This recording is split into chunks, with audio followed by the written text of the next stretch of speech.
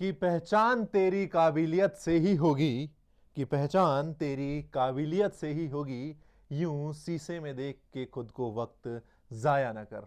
Hello and स्वागत है आप सभी लोगों का। मेरा नाम है Alok Choubey and thank you very much आप सभी लोगों का जो फर्स्ट वीडियो में इतना सारा प्यार दिया आप लोगों ने, and thank you very much. और आज जो है हम एचसी वर्मा सीरीज का सेकंड पार्ट स्टार्ट करने जा रहे हैं। चलिए शुरू करते हैं। शुरू करने से पहले एक इंपॉर्टेंट इंफॉर्मेशन है जो कि मैं आप लोगों को देता हूं एंड सीधे हम जंप करेंगे क्वेश्चंस पे। इंपॉर्टेंट इंफॉर्मेशन ये है कि अनअकैडमी लेकर आया है आप लोगों के लिए, यानी क्लास 11th के लिए शौर्य वीआईपी बैच। शौर्य वीआईपी बैच, इस बैच के अगर मैं फीचर्स की बात करूं तो जो आप सोच भी नहीं सकते हैं, इमेजिन नहीं कर सकते हैं, इतने बेहतरीन फीचर हैं जहां पर टू वे इंटरैक्टिव होता है, यानी आप ऑडियो वीडियो कॉल के साथ मुझसे इंटरैक्ट कर सकते हैं, लाइव क्लास में अपने डाउट सॉल्व कर सकते हैं, या आपको अनलिमिटेड मेंटरशिप सेशन मिलेंगे, आपको नोट्स मिलेंगे, सब कुछ आपको इस बैच के अंदर मिलेगा। तो इस बैच को अगर देखना है तो डेमो क्लासेस जाके आप देख सकते हैं। इस वीडियो के डिस्क्रिप्शन में को लिंक दी गई है, फ्री में जाके वीडियो आप देखिए, डेमो वीडियो। अगर अच्छा लगता है तो इस बैच में अपने आप को एनरोल कीजिए। इंग्लिश में बैच होने वाला है 25 जून से स्टार्ट होगा फॉर क्लास 11 2025 टू 26 सेशन। चलिए अब हम शुरुआत करते हैं और बात करते हैं अपने एचसी वर्मा सीरीज के सेकंड पार्ट के फर्स्ट क्वेश्चन के बारे में। फर्स्ट क्वेश्चन क्या कहता है मेरा दोस्त? कह रहा है वेक्टर, ये वेक्टर का है question. A vector has a component along x-axis equal to 25 unit and along y-axis equal to 60 unit. Find the magnitude and direction of the vector. देखो सिंपल क्वेश्चन है, आपसे हो जाएगा। जानबूझ के मैंने ये क्वेश्चन लिया है फर्स्ट क्वेश्चन ताकि आप इजीली उसको कर पाए, है ना। ये देखो एक्स एक्सिस हो गया और हमको दिया है कि दो, एक एक्स एक्सिस और वाई एक्सिस, राइट। यहां पर एक्स एक्सिस का मुझे कितना दिया है? एक्स एक्सिस में 25 यूनिट एंड वाई एक्सिस में दिया हुआ है 60 यूनिट। मुझे क्या करना है? मुझे इसका निकालना है रिजल्टेंट, यानी मैग्नीट्यूड एंड डायरेक्शन। तो इसका रिजल्टेंट कुछ इस प्रकार से होगा, कुछ यहां होगा, राइट। कैसे होगा? तो आपको पता है हम triangle law of vector addition को यूज करते हैं, triangle law of vector addition को यूज करते हैं। तो मैं क्या करूंगा कि हम क्या करते हैं, हम दो वेक्टर्स को रिप्रेजेंट करते हैं by the two sides of a triangle, और उसका रिजल्टेंट फाइंड करने के लिए हम ट्राइंगल की थर्ड साइड को लेते हैं taken in the opposite order. जैसे ये वाला जो साइड है y का, मैं इसको यहां पर भी तो लिख सकता हूं, ये पैरेलल वेक्टर हो जाएगा, इसको मैं यहां पर भी लिख सकता हूं। ये देखिए लिख दिया। हां सर कोई फर्क नहीं पड़ेगा, पैरेलल वेक्टर है, डायरेक्शन सेम है, मैग्नीट्यूड सेम है, तो नो डिफरेंस। तो अगर आप देखें ये वाला वेक्टर 25 और ये आपका y एक्सिस में जो y वेक्टर है दैट इज 60 यूनिट, और ये दोनों ही आप सेम ऑर्डर में लिए हैं। कैसे? फर्स्ट वाले का जो हेड है सेकंड वाले के टेल से मैच हो रहा है। जब इनका रिजल्टेंट निकालना होगा तो हम क्या करेंगे, इन ट्राइंगल को मिलाने वाली थर्ड साइड से हम रिजल्टेंट निकालेंगे, और वो जो साइड होगा वो कैसा होगा? Taken in opposite order. यानी ये ट्राइंगल ऐसे जा रहा था, फिर ऐसे जा रहा था, इसको इधर आना चाहिए था, बट हमने अपोजिट ऑर्डर में लिया। दैट्स व्हाई एरो की डायरेक्शन ये होगी, और ये हो जाएगा हमारा रिजल्टेंट वेक्टर। ये हो जाएगा हमारा रिजल्टेंट वेक्टर। एक्स वेक्टर हमको कितना दिया है? ये दिया है, और वाई वेक्टर हमको दिया है ये 60 यूनिट। अब रिजल्टेंट हमें फाइंड करना है, तो मैं अगर देखूं जरा ध्यान से, तो एक्स और वाई के बीच में एंगल कितना है? एक्स और वाई के बीच में एंगल है 90 डिग्री। एक्स और वाई के बीच में एंगल कितना है दोस्त? 90 डिग्री। एंड दो वेक्टर के बीच का रिजल्टेंट निकालने का एक सिंपल सा फॉर्मूला होता है, and that formula is r is equals to under root a square plus b square plus 2ab cos theta. यहां पर a और b आपके दो वेक्टर हैं, और theta is the angle between a vector and b vector. यहां पर a की जगह हमारे पास x है और b की जगह y है। वैल्यूज पुट कर देते हैं। चलिए हम रिजल्टेंट निकालने के लिए a की जगह x, और x का कितना हमें यूनिट दे रखा है, उसका मैग्नीट्यूड कितना है? That is 25। तो ये हो जाएगा 25 का स्क्वायर प्लस b की जगह दिया है 60, तो 60 का square plus 2 into 25 into 60, and ये क्या हो जाएगा? cos 90, क्योंकि दोनों के बीच में एंगल कितना है? दोनों के बीच में एंगल 90 डिग्री है। And we know that cos 90 जो होता है वो होता है दोस्त 0। cos 90 होता है 0, तो ये पूरा जो टर्म है हमारा, ये जो पूरा टर्म है ये क्या हो जाएगा? ये पूरा टर्म 0 हो जाएगा। तो क्या बचेगा फिर? यहां से बचेगा सिर्फ r is equal to under root 25 का स्क्वायर प्लस 60 का स्क्वायर। इसको अगर मैं सॉल्व करूं तो देखो 25 का स्क्वायर कितना होता है, 25 का स्क्वायर होता है 625 625 और 60 का स्क्वायर होता है 3600, राइट। अगर मैं इसको जोड़ता हूं तो r मेरा आ जाएगा अंडर रूट कितना हो गया 36 और 6 42 25, ये हो जाएगा 4225 4225 आ जाएगा अंडर रूट 4225। अब जो भी यूनिट आपकी दी हुई हो उस यूनिट में मेरा रिजल्टेंट आ गया, यानी ये हमने निकाल लिया है मैग्नीट्यूड, दोनों को ऐड कर लिया, 36 और 6 42 हो गया 4225। अब मुझसे पूछा है कि मैग्नीट्यूड के साथ साथ डायरेक्शन भी निकालो, तो मैं क्या करता हूं कि ये जो मेरा रिजल्टेंट वेक्टर है मैं इसका एक्स एक्सिस के साथ डायरेक्शन निकालता हूं, यानी मुझे ये थीटा निकालना है। एक्स एक्सिस के साथ मैं इसका डायरेक्शन निकाल लेता हूं, तो देखो मेरे पास परपेंडिकुलर है एंड मेरे पास बेस है, और अगर हम देखें P B P upon H H P, P B P upon H H B, P Pandit Badri Prasad हर हर बोले, P B P upon H H B. मैं यहां से टेन थीटा लगा देता हूं। टेन थीटा क्या होता है, टेन थीटा होता है perpendicular upon base, perpendicular upon base. Tan theta perpendicular दोस्त कितना है, परपेंडिकुलर है मेरा 60 और बेस कितना है, बेस है मेरा 25। मैंने इसको 5 से कैंसिल कर दिया, हो गया 12/5, 12/5। और यहां से जो मेरा थीटा आएगा, theta will be tan inverse 12/5, theta will be tan inverse 12/5, ये हो जाएगा मेरा एंगल। ये मैंने मैग्नीट्यूड निकाल लिया और ये मैंने एंगल निकाल लिया। इस प्रकार से आप क्वेश्चन को सॉल्व करते हैं, जो कि बड़ा इजी था, आप आसानी से सॉल्व कर सकते हैं मेरे दोस्त, कोई दिक्कत नहीं है ना, आसानी से सॉल्व हो जाता है। अब देखो भाई, आप लोग वीडियो देख रहे हैं, अच्छा लग रहा है तो मुझे बताइए। मैंने क्या कहा था कि देखो मैं यहां पर पढ़ाने आया हूं, लेकिन सीखने आया हूं, पढ़ाने से ज्यादा मैं सीखने आया हूं, क्योंकि मुझे सीखना है और मुझे पता कैसे चलेगा मेरी कमियां मेरी गलतियां वो आप लोग बताएंगे। तो आप मुझे बताइए कि where I need to improve, मुझे कहां इंप्रूवमेंट की आवश्यकता है, कौन बताएगा भाई? अबे तुम बताओगे ना, तुम हमारे मित्र हो, तुम हमारे दोस्त हो, तो हम किसी और से पूछने तो जाएंगे नहीं, तो बताओ हमको, वरना होगी कुटाई तुम्हारी। वैसे कुटाई नहीं होगी, अब तुम बड़े हो गए हो, छोटे रहते तो हो जाती, बट तुम बताओ कि क्या समस्या है, क्या नहीं समझ में आ रहा है, हम अपना तरीका बदलें, मेथड बदलें, बट तुमको हम सिखाएंगे। अगला क्वेश्चन कहता है कि find the resultant of the three vector shown in the figure. यहां पर आपको तीन वेक्टर दिखाई दे रहे हैं, इनका रिजल्टेंट निकालिए गुरुजी, इनका रिजल्टेंट निकालिए। बिल्कुल निकाल लेंगे। तो देखो रिजल्टेंट निकालने के लिए सबसे पहले अगर मैं बात करूं तो ये वाला जो हमारा फर्स्ट वेक्टर है, ये x axis and y axis दोनों में ही है, क्योंकि ये प्लेन में है, तो हम इसके कंपोनेंट ब्रेक करेंगे, और कंपोनेंट ब्रेक करना आपको आता है, जिसके साथ भी थीटा एंगल बनाता है वहां आ जाता है कॉस थीटा।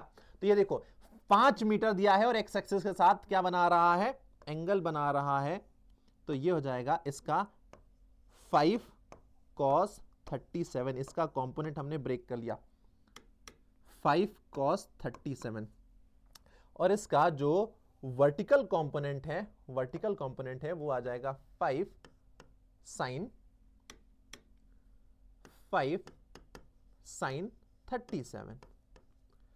ओके, अगर मैं बात करूं ये जो 3 वाला है, यानी ये जो सेकंड वेक्टर है, इसका वर्टिकल कंपोनेंट कितना है, तो इसका वर्टिकल कंपोनेंट 0 है, क्योंकि ये पूरा कहां पर है, purely in the x axis. अगर मैं बात करूं इस थर्ड वाले का, तो इसका हॉरिजॉन्टल कंपोनेंट कितना है, वो 0 है, क्योंकि ये प्योरली कहां पर है, वाई एक्सिस में। अब मुझे क्या करना है, इन तीनों ही वेक्टर्स को ऐड ऑन कर लेना है, देखो मैं इनको नाम दे देता हूं ताकि आपको कोई कंफ्यूजन ना हो। ये रहा हमारा first vector, second vector and third vector. तो फर्स्ट वेक्टर का एक्स कंपोनेंट है ना, फर्स्ट वेक्टर का एक्स कंपोनेंट यानी in the direction of x, first vector का एक्स कंपोनेंट कितना आया दोस्त, 5 cos 37, 5 cos 37, फिर प्लस सेकंड वाले का एक्स कंपोनेंट, तो सेकंड वाला टोटली जो है वो एक्स एक्सिस में है।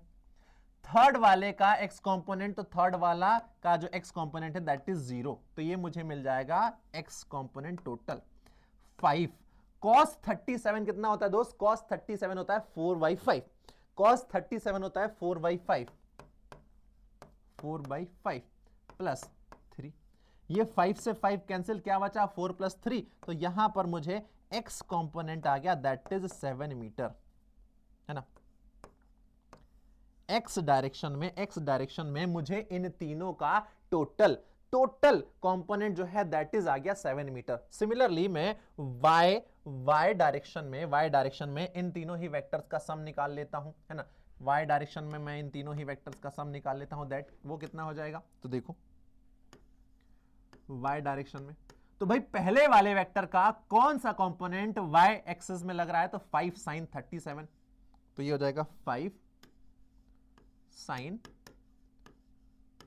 37 प्लस, अगर मैं बात करूं सेकंड वाले वेक्टर का, तो इसका कंपोनेंट कितना है 0 इधर पे, और इधर अगर मैं बात करूं तो ये कंपोनेंट कितना है, ये पूरा 2 है, प्योरली हो जाएगा। अच्छा, ये जो होता है आपका sin 37 की वैल्यू कितनी होती है, देखो एक ट्राइंगल होता है, राइट एंगल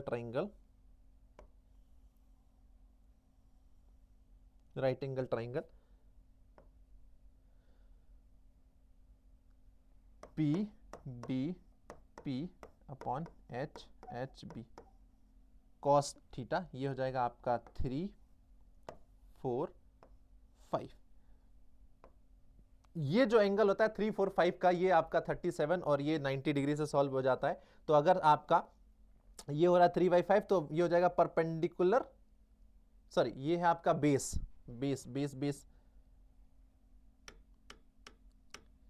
अगर आप ये थीटा है तो ये होगा आपका बेस, दैट इज 4 5 3। अगर ये तो sin 37 कितना हो जाएगा दोस्त, sin 37 आपका हो जाएगा, sin 37 परपेंडिकुलर अपॉन बेस 3/5 हो जाएगा, तो 5 इंटू 3/5 प्लस 2, 5 से 5 कैंसिल, और ये जो y एक्सिस में यानी जो मेरा y वेक्टर आ गया दैट इज 5 मीटर। अब मेरा क्या आ गया, y वेक्टर आ गया, x वेक्टर आ गया। अब मुझे क्या करना है, इन दोनों का नेट निकालना है ना, रिजल्टेंट निकालना है, तो नेट निकाल लीजिए कितना हो जाएगा। अगर मैं निकालूं तो रिजल्टेंट वेक्टर विल बी, चूंकि दोनों क्या होंगे 90 डिग्री पर है, तो सीधे हो जाएगा x का स्क्वायर प्लस y का स्क्वायर, x का स्क्वायर प्लस y का स्क्वायर, तो x बोले तो 7 का स्क्वायर प्लस y बोले तो 5 का स्क्वायर, कितना हो गया, ये हो गया √49 प्लस 25। 49 प्लस 25 कितना हो गया दोस्त, 49 प्लस 25 हो गया आपका 9 5 14, 4 हासिल आया 1, 4 और 2 6 और 1 7, 74 मीटर। ये हो जाएगा आपका resultant vector 74 meter, resultant vector आ जाएगा 74 मीटर।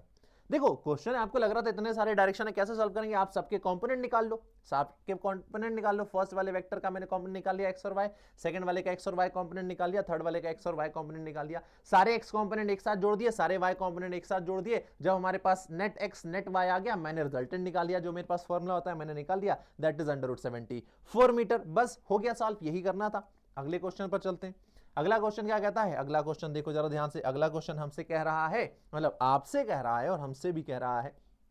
देखो अगर तुमको लग रहा है कि क्लास 11th में फन मजा मस्ती नहीं है फन मजा मस्ती है, वो टीचर के पास नहीं है, मास्टर के पास नहीं है। जब तुमसे खुद क्वेश्चन बढ़ने लगेंगे ना, तब तुम्हें फन आने लगेगा, मजा आने लगेगा। जब तुम एक कदम अपने गोल की तरफ बढ़ोगे ना, तब तुम्हें मजा आने लगेगा। तो बढ़ो आगे, क्योंकि एक उम्र के बाद ना तुमसे तुम्हारा लोग हाल चाल नहीं पूछेंगे, तुमसे ये पूछेंगे कि करते क्या हो।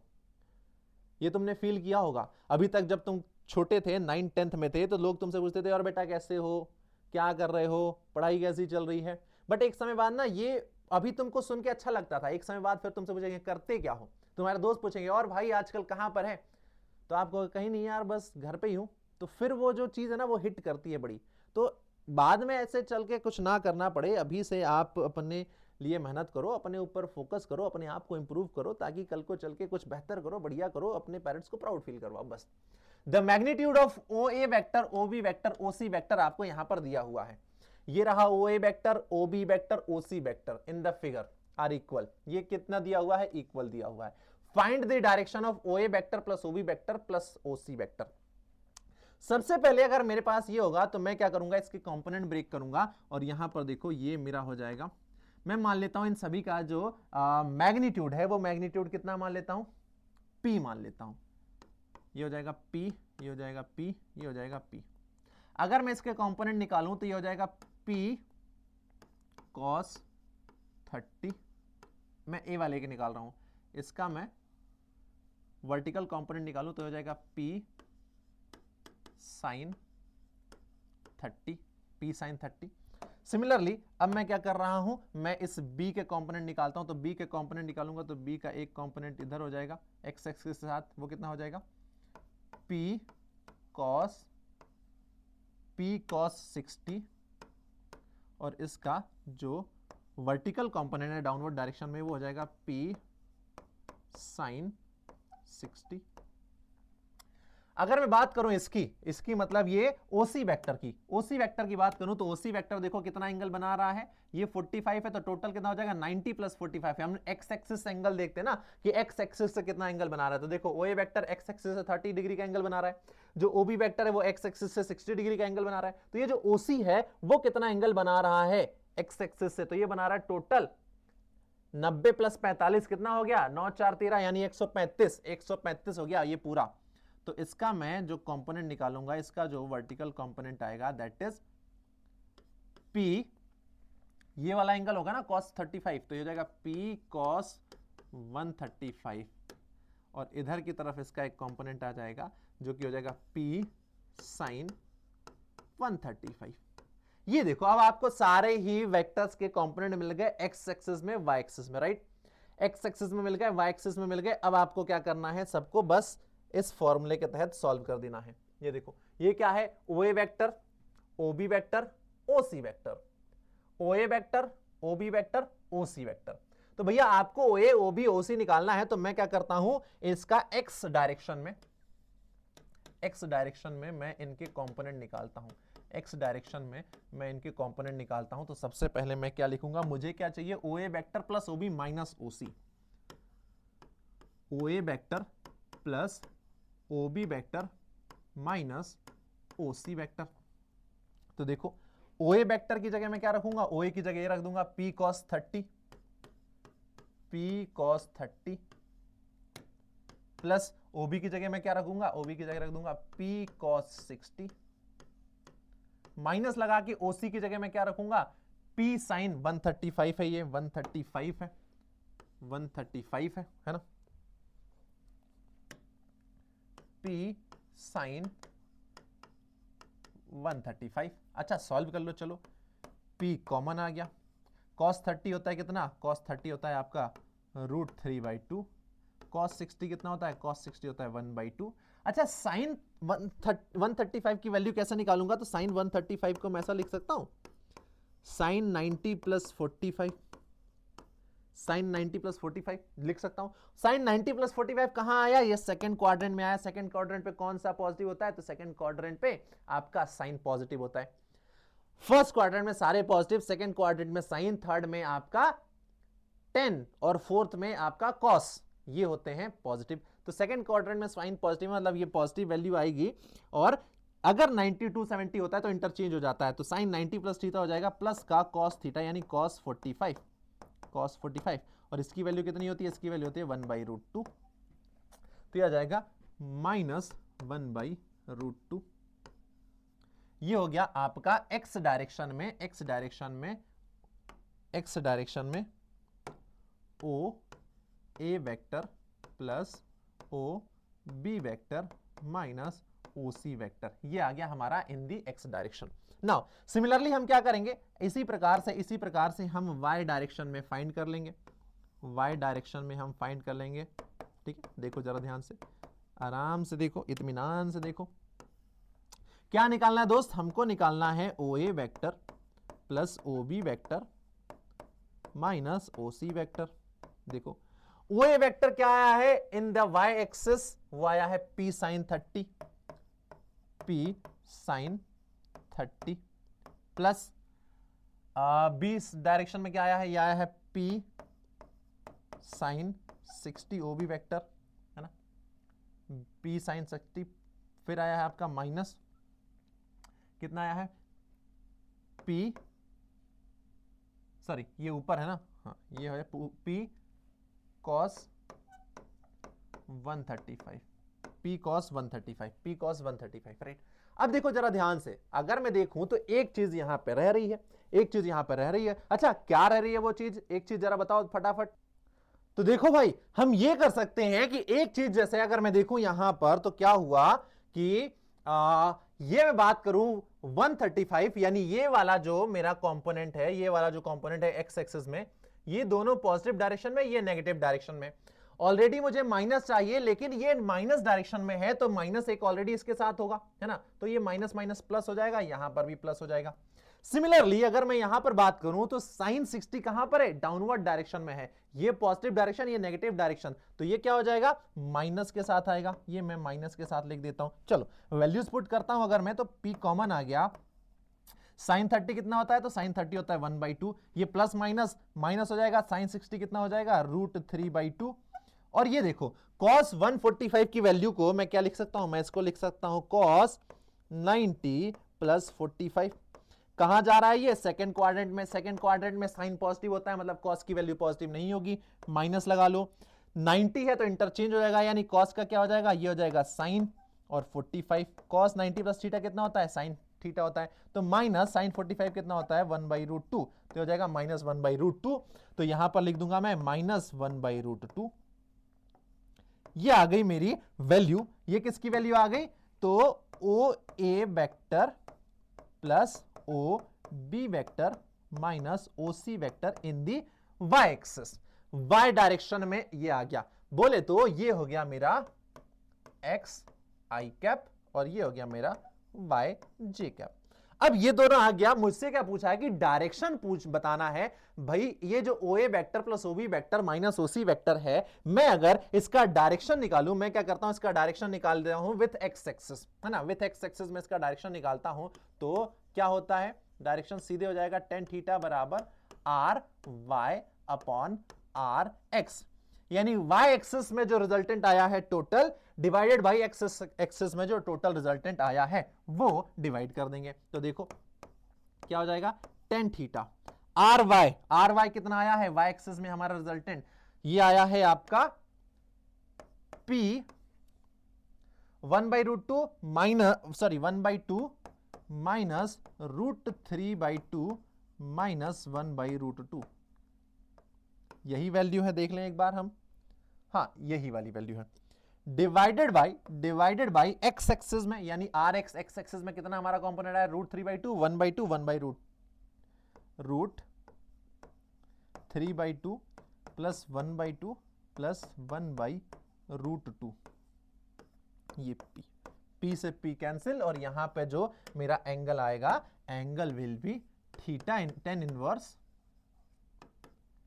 tan इनवर्स ऊपर क्या आया है, ऊपर आया है 1/2 माइनस √3/2 माइनस 1/√2 अपॉन में √3/2 प्लस 1/2 प्लस 1/√2। ये हो जाएगा मेरा फाइनल आंसर, ये हो जाएगा मेरा फाइनल आंसर, यानी जो O A vector plus OB vector minus OC vector है वो एक्स एक्सिस से इतना एंगल बना रहा है, एक्स एक्सिस से इतना एंगल बना रहा है। ये हमने सॉल्व कर लिया, क्योंकि मुझे पता था अगर मुझे एंगल निकालना है तो ये निकालना पड़ेगा। मैंने कंपोनेंट ब्रेक कर लिए, सारे एक्स एक्सिस वाले जोड़ लिए, सारे वाई एक्सिस वाले जोड़ लिए, रिजल्टेंट आ गया मेरा, और इस फॉर्मूले का इस्तेमाल करके मैंने एंगल निकाल दिया। आई होप कि आपको समझ में आ गया होगा। चलो तो आगे बढ़ते हैं अगले सवाल की तरफ। अगला सवाल क्या कहता है दोस्त, अगला सवाल कहता है कि right the unit vector in the direction of A vector. ये तो बड़ा सिंपल सा है, right the unit vector in the direction of A vector. Unit vector बोले तो हमें निकालना है ए कैप, और ए कैप होता है ए vector upon mod A vector. A cap होता है ए वेक्टर अपॉन मॉड ए वेक्टर, तो सबसे पहले मुझे मॉड निकालना पड़ेगा। मॉड ए वेक्टर कैसे निकालेंगे, तो ये तो बहुत इजी है। मॉड ए वेक्टर मुझे निकालना है तो ये हो जाएगा √5 का स्क्वायर, यानी आई कैप का जो कंपोनेंट है उसका स्क्वायर प्लस कॉफिशिएंट है उसका स्क्वायर, जे कैप का जो कॉफिशिएंट है उसका स्क्वायर प्लस के कैप का जो कॉफिशिएंट है उसका स्क्वायर।